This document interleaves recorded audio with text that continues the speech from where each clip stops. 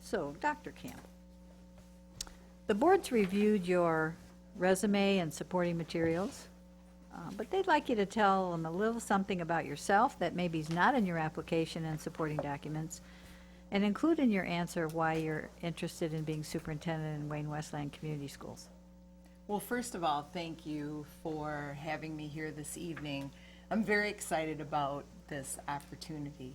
I've talked to a lot of people and read all of your information. And Wayne Westland is a great school district. And everyone that I've talked to has said that the staff and students are terrific. And so you have a lot going for you here. I was born into a family of educators. Both my parents were teachers, and so I came by it kind of, that's how it was going to be. And I have a wonderful family of my own. My husband is in YMCA leadership, and my two sons are both college graduates, and one is right down the road in Livonia. He's a chiropractor. The other one lives in Kansas City. So I'm really excited to be here this evening and to talk to you about this opportunity. Thank you. Could you give the board some examples of how you plan to maintain visibility and accessibility with staff, parents, community groups? Well, one of the things that I love to do is to be out in the community. So be at the schools. Our school district started this week, and so today was our second day of school. So on Tuesday I was at the elementary schools, and today I was at the junior high and the high school. So one of the things is just to be out talking to people, talking to parents, being at open houses. I am a member of the Kiwanis Club. I've also been a member of the Lions and the Rotary Club. And so those things give you an opportunity to talk to people. As we, in my past districts, several of them have done bond issues. And so as you're doing a bond issue, one of the things you need to do is be out and meet different people, talk to them, listen to what they have to say. And I think that's one of the big things, is not only being visible, but listening to the community members and the staff members as you go around the district and around the community.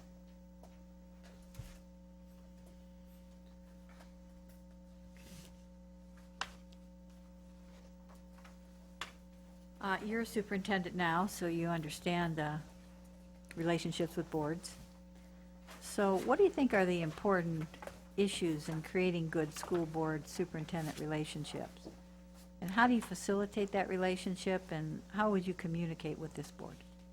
Well, first of all, if I don't tell you things, you might not know what's going on. So that's very important. I think that's one of the most important thing is communication.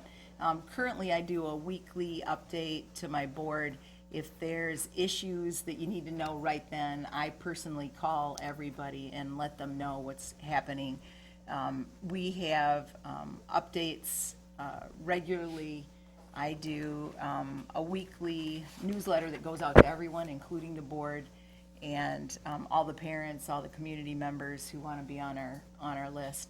We do a weekly newsletter. I write a weekly newspaper column.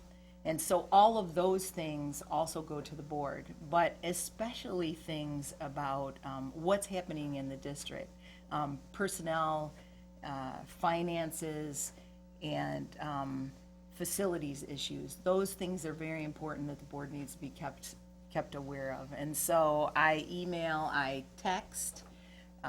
One of the things that my kids taught me how to do was text. And then I also use phone calls. Okay. Describe the experiences you've had with strategic planning from initiation to completion of outcomes. Well, in my current role, we started out with a facilities improvement plan, so it was a strategic plan for facilities. And we've carried that out over the last 5 years and are just about finished spending all of the facilities improvement. We did a $30 million bond and renovated our schools top to bottom. So that's been very important. As far as strategic planning, in past districts, I've worked through a strategic planning process and carrying them out. In this particular district, because the most important thing that we needed to do was update the facilities. They were out of date and really needed help. So we started with the facilities side of the strategic plan. Currently, we're working through a process with the board and the school improvement team. Last year, we worked with the board. This year, we're almost finished with that plan, and then we'll carry it out, and it'll be a 3 to 5 year plan. So in past districts, I've carried it out. This district, I've been able to do the facility side, which is an interesting way to start.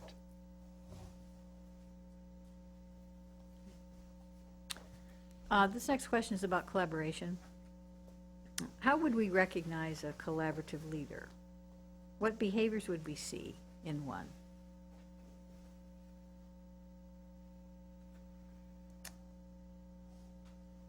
Well, this is my favorite question yet.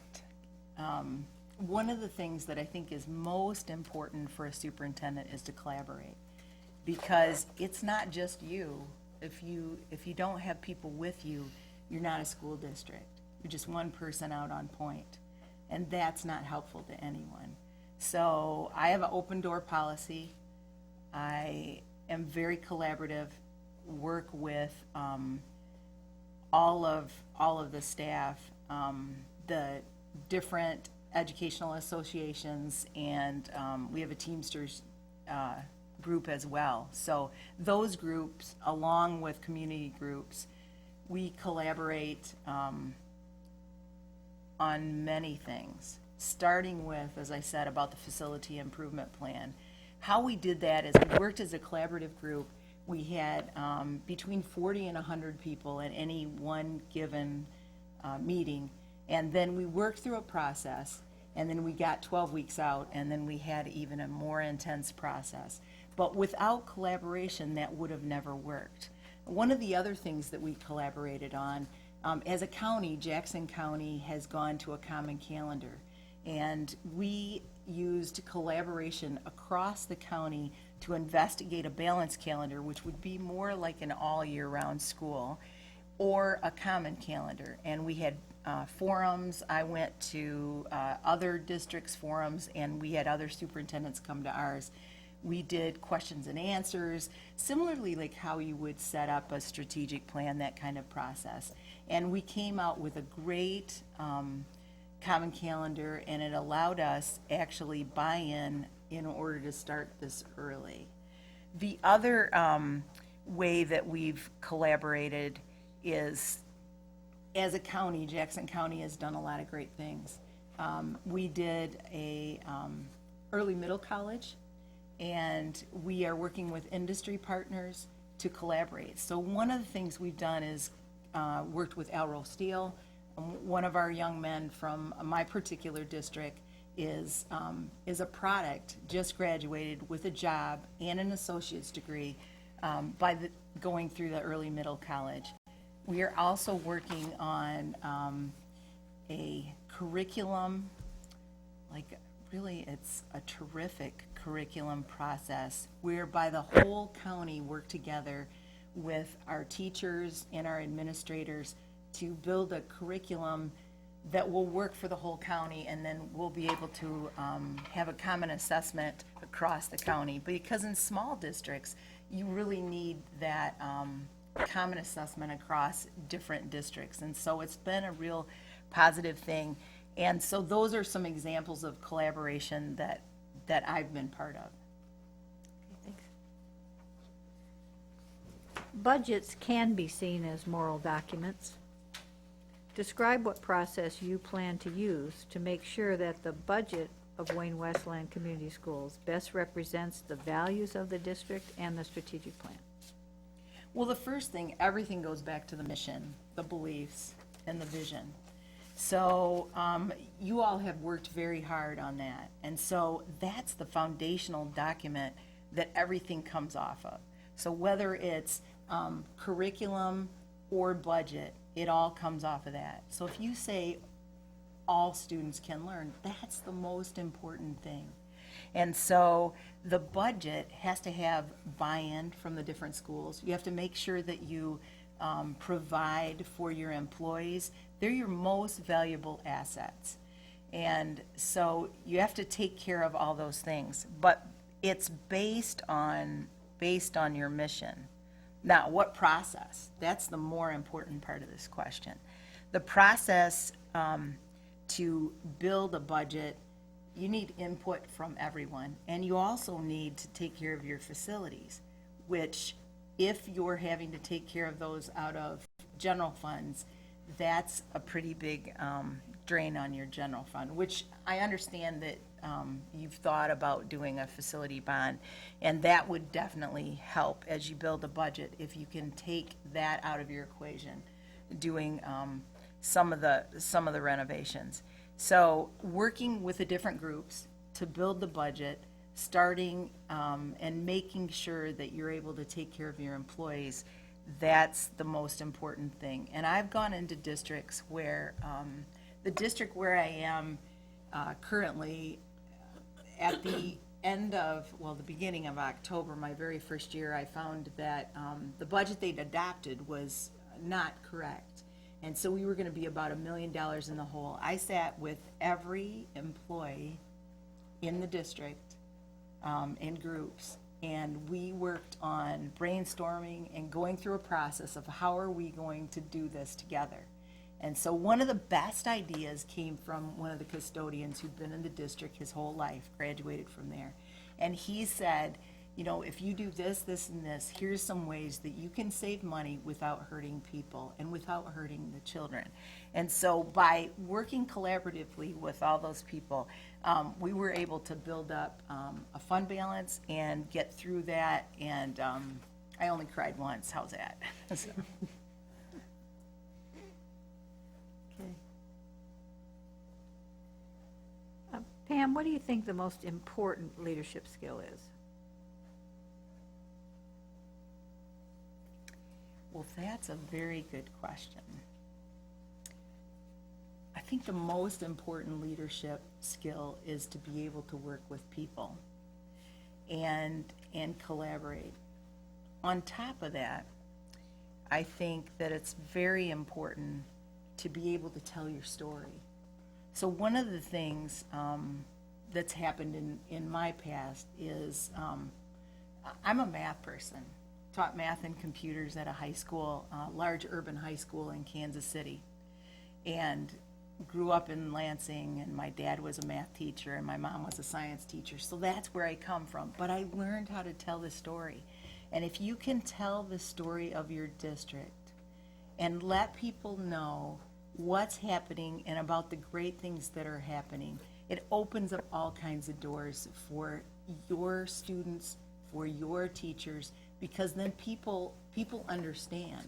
So one of the things that I do every week is I write a blog, and it's published in the newspaper, and send it out in emails to parents and put it on Facebook, but they know what's happening. So I might start the blog like, you know, I walked down the street and I saw,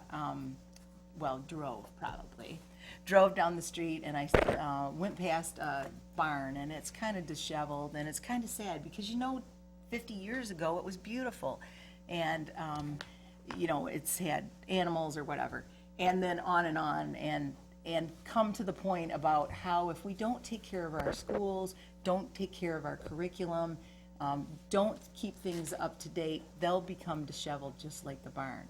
So it's an idea.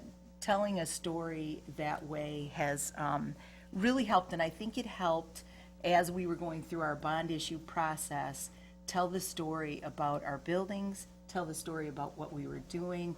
And so just, random ideas, and that going from being a math person, I've become somewhat of a writer, not perfect, but I'm trying anyway. How's that?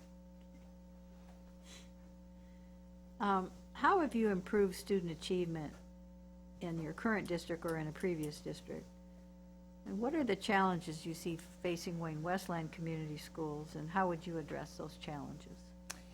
Well, both in my current district and my past districts, we worked on student achievement. So one of the things, when No Child Left Behind first was in the news, and the state said that you were going to have to test every 3rd through 8th grader, I was like, how are we going to do that? And what is that going to do for them? Well, what we did is we went to data-driven decision-making, which, is a buzzword that educators use all the time. But we really did, and it made a huge difference in increasing the ability of our students academically and their academic success.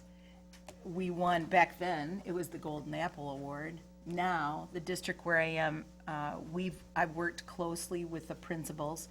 We've instituted positive change in our curriculum, updated it, aligned it, worked with some specialists from the outside to update core curriculum, and we've won both silver and bronze medallions from the U.S. News and World Report, been named top school in Jackson County by the Bridge magazine, and a reward school by the state of Michigan. So those things, working, collaborating with staff and administration, and working positively, those are the things that I've done in the past. Now, what challenges are facing Wayne Westland? One of the things, it looks like you need more Tier 1 support.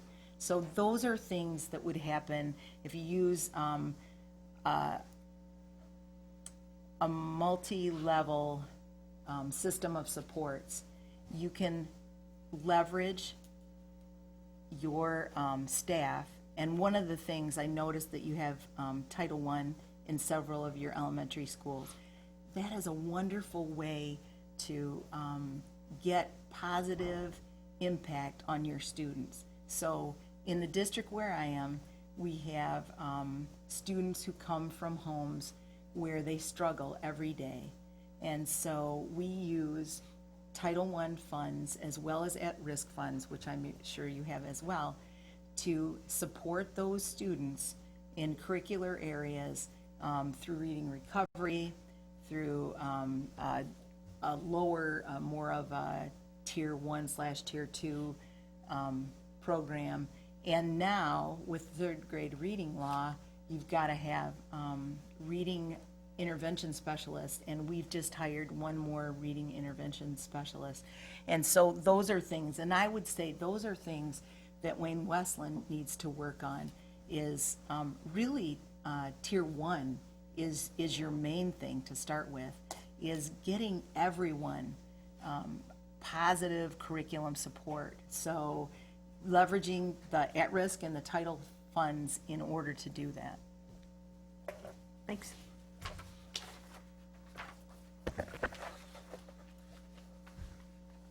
What role does the superintendent play with unions? A lot. I think for me, when we were going through our budget crisis, they were the ones who were the biggest supporters.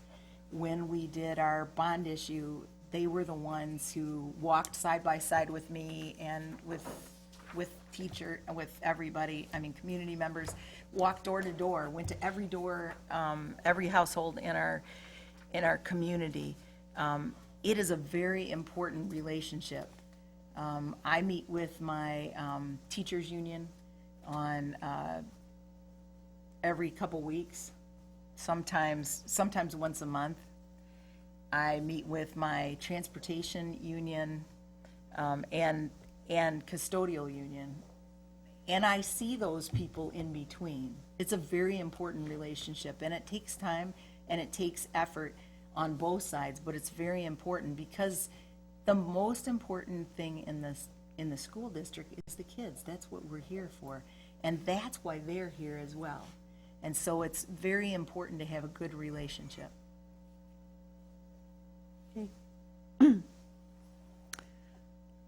This next question is about growth. And so, interested in knowing what is your familiarity with the 5 dimensions of teaching and learning and the 4 dimensions of instructional leadership, or any other growth model that you're familiar with? And give some examples of how you've used models to help educators learn and grow. Okay. So everybody in Jackson County is using 5D except for my district. So we investigated all of the options, and we actually chose Charlotte Danielson's as being more positive for us, more positive as far as teacher growth. We liked the way that it handled the interaction between the teachers and the administrators. However, one of my very best friends loves 5D. Her school was a focus school, and they have now gotten off the list, and she credits a lot of this to being from 5D. And so she and I have had a lot of discussions about 5D and about how positive it is if you use it correctly, because it is labor intensive if you don't. So I don't know, how much you've heard about it, but it can be quite labor intensive. 4 dimensions of instructional leadership, that goes hand in hand with the 5D. And so the strategy that we're using is we're using a different one. We're using the Charlotte Danielson for the teachers, and really I think it's been really positive for our teachers. We went from an old model of Charlotte Danielson to the new model that is just out, and it was well received by everyone. Our administrators are we're using a different evaluation, and it is also really positive, way better than what we were doing a year ago. So if the state's done one good thing, it's been to make us change our evaluation model. And it has really helped our administrators. Thanks. Describe how you would provide freedom to staff to allow them to do their jobs, yet still hold them accountable for the outcomes of their work. Well, that's about delegation. And so I think it's really important to give someone a job and then let them do it. Now, that doesn't mean they're just going to just do it forever and you're never going to check on them. One of the very important things is to follow up on what they're doing. So one of my mentors early on, after I was a teacher, I had the opportunity to work with Colonel Harvey, and he was the Eastern Michigan Division director of the Salvation Army. He was the top guy in Eastern Michigan. Just an amazing person. And what he taught me is that you need to have see-me meetings with people. You need to check up on what they're doing, keep apprised of what's going on, and then give them a job and let them do it, because we don't have time to do somebody else's job. And so that is the freedom to allow them to do the job, but then the see-me meetings allow you to keep tabs on what's going on, and it helps as you communicate with the board and the community as well.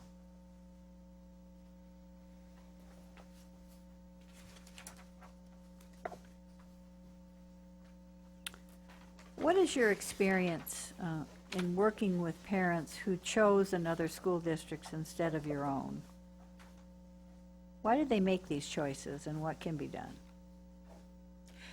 Well, my dissertation, I'll just tell you the short answer here. My dissertation was on parent choice, the way parents make a choice about schooling. And so I listened, I interviewed people and listened to their stories. Many times, it really wasn't academics. It was about bullying. It was about childcare. When you're looking at K1, 2, 3, many of those decisions are about childcare.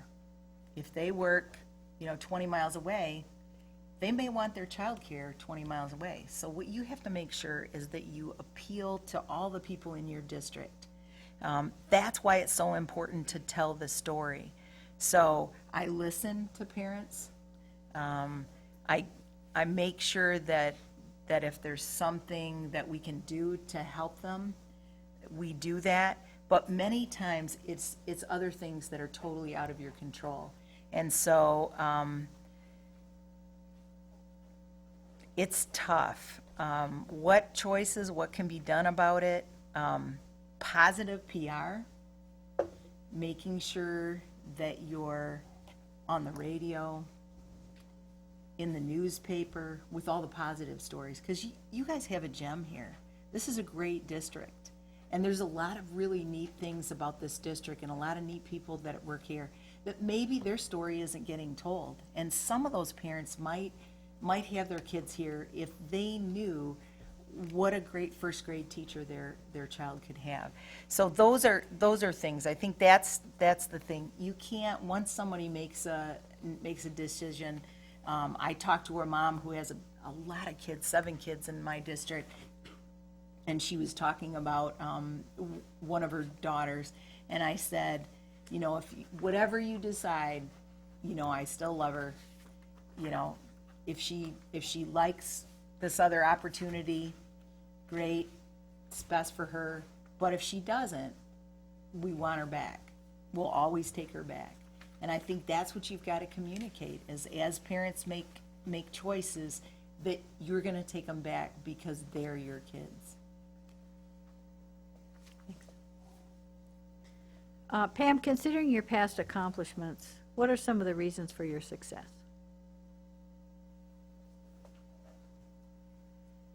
Well, it depends on if you ask me or ask my brother. How's that?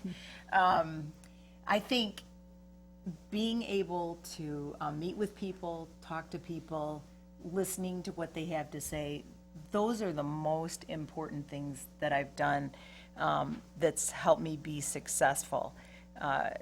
On Tuesday, the Jackson Citizen Patriot published that I was coming here. Generally, the teachers didn't know. The board knew that I was going to interview. The teachers didn't all know.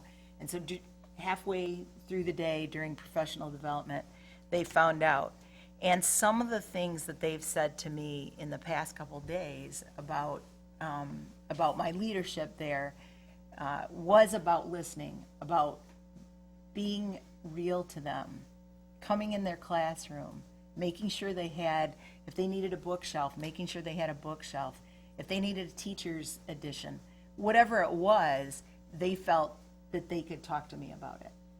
And so I think those are the most important things I've done to help me be successful. And then being out in the community as well. And being able to listen to what the guy at the barbershop says, or the newspaper editor, what they have to say about the school district. Those are very important. Okay. Tell us about your most difficult administrative situation that you've experienced. How did you handle it, and how did you arrive at a decision?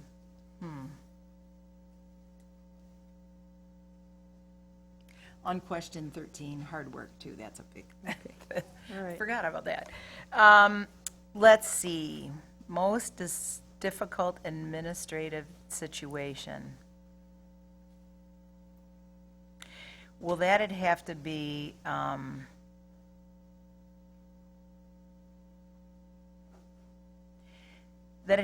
personnel situation. So first of all, I think with a personnel situation, you have to do due diligence, and you have to investigate and investigate fully, because you don't want innuendos or suggestions to ruin someone's life. And so I investigated. I was a newer superintendent, and investigated, met with the union, said, I want to meet with this particular individual. And they brought not only the union president, but the UNICEF director, and we all sat down. And I had also, I think one of the most important things that anyone ever told me was call a lawyer. When you have a situation like this, you need to make sure that you know legally exactly what you should do. And I went through the whole scenario, and the person that I was working with, they left with the union, and 5 minutes later came back and resigned. It was a very important thing, and it was very important that I listened to the person that made the original complaint, and that we did a thorough investigation, because that person should never be in a school district ever. So that was the most difficult thing, because this individual had a family, had a brand new baby. You just don't want to ruin someone's life. I didn't have to decide that the person lost their job. They decided that they needed to leave. So, but it's tough. I mean, any of you who deal with personnel, it's tough when you have something like that happen. Okay, thanks. Pam, if you were selected to lead Wayne Westland Community Schools, you'd be inheriting a strategic plan that has been both adopted and endorsed by the school board, the staff, and the community. And based on your research into the district and its strategic plan, what challenges would you face as a new superintendent? And what strengths would you bring to address these challenges? Well, excellent strategic plan. I love the way it was laid out. You guys and the community did a wonderful job putting it together. So what are the biggest concerns? Well, one, the facility piece, because that's tied to funding. So it's not anything you can take care of probably by your general fund. Your sinking fund would help. So that's probably the biggest thing. Number two, and coordinated with your facilities, is that you have too much space right now. Based on my research and reading the strategic plan, you have too many classrooms. And so one of the things you have to do, and I know you already know this because it's in your strategic plan, is go through a strategy in order to figure out where the buildings are that may not be used anymore as schools.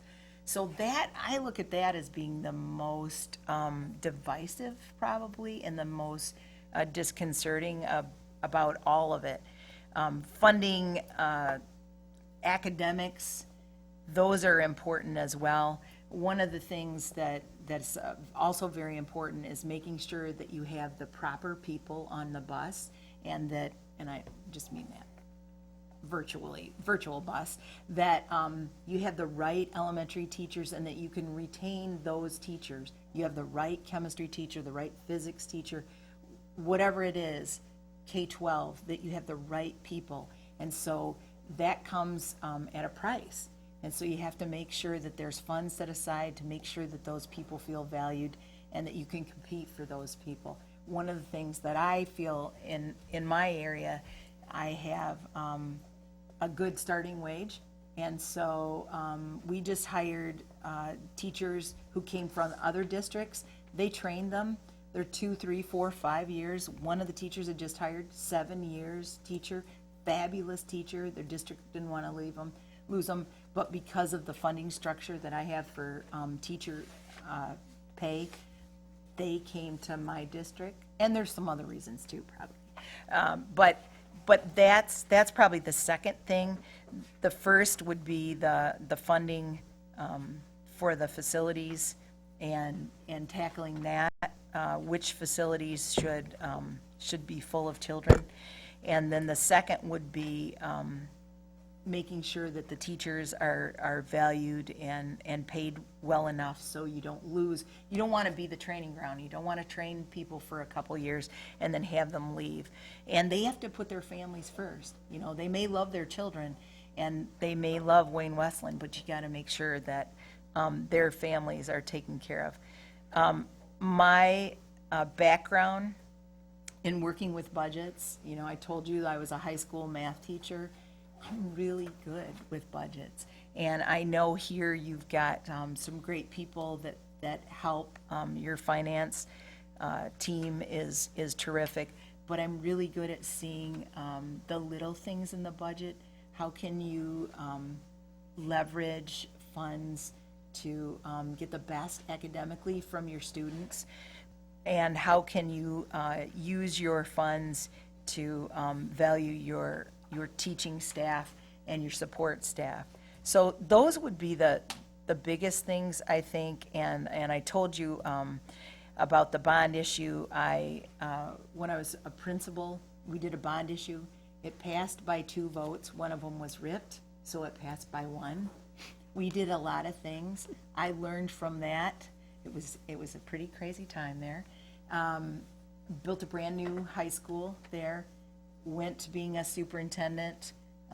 They passed a bond issue before I got there. I was there. We built a brand new, I don't know, almost 200,000 square foot building. Beautiful, beautiful building. And where I am now, the bond passed the bond issue by 110 votes, something like that. So that's not a lot, actually. And but those things in my background, those are strengths that would really be an asset, because almost everything hinges on the budget at some point. Thanks. How would you create a climate that values diversity and inclusion in the district? And give some examples of how you've done this in past positions. Well, I was raised in the Lansing School District. My parents were both teachers. My dad was the math consultant. So I was raised in a diverse district, and then went and taught in Kansas City and in Olathe, Kansas, in very large urban, and then Olathe is a urban suburban district. So creating a climate that values diversity and inclusion, well, first of all, you've got to love the kids that you have. That's the most important thing. They're the ones that drive everything. And so if you don't do that, you don't have any kids anymore. So how do you create that climate?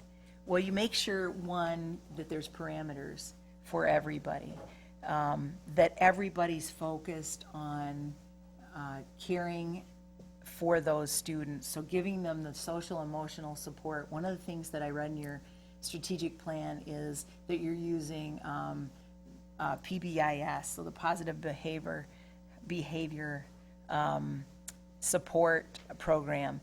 That program is a real positive thing. The other thing is with the new law about seclusion and restraint, they're recommending, legislating, that you have some other things in force. I think some of those things help create a climate that probably takes care of some diversity. So not just racial diversity, but kids come from all different backgrounds, and so it doesn't matter what you look like.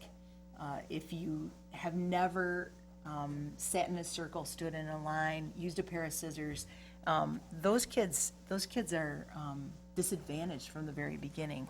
So I think that making sure that the teachers have something to draw on, so that you have enough training dollars. So right now, we have Title II. The scary part is, we're hearing we may lose Title II, but those dollars can go into training teachers and helping support a climate that would value not only academic success, but diversity and inclusion. My past positions, I think for me, poverty, having children that come out of just really, really impoverished households, and children in the same classroom where they are coming out of, their parents are a doctor or a lawyer, working to make sure that we have a common ground and that the teachers understand that those kids come from different backgrounds. Those are things in my background that we've been able to do. Thanks.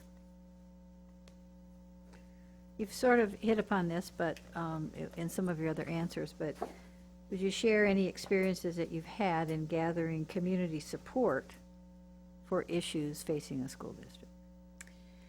Well, the best example really is the bond issue, and working with the community, going door to door, speaking to a lot of different groups, and always taking my extension cord with me because you never knew what you were going to find. That's the biggest thing about community support, and I think one of the things that you have to think about too is, as you have athletics, you have band. I talked to a good friend of mine whose children attend a high school where there's 3,500 kids, and I said to her, what is the most important thing? If you were on a panel and you were asking a superintendent, and she said, how do you value the difference between athletics and band? Well, one of the things that we talked about was about gathering community support. So athletics can have athletics boosters, get parents involved in band, in supporting, to be there for their kids, to support the other kids whose parents can't be there. And so how you do that by getting parents involved, telling your story. I mean, again, a lot of it goes back to telling your story. If you can tell your story, you can gather community support.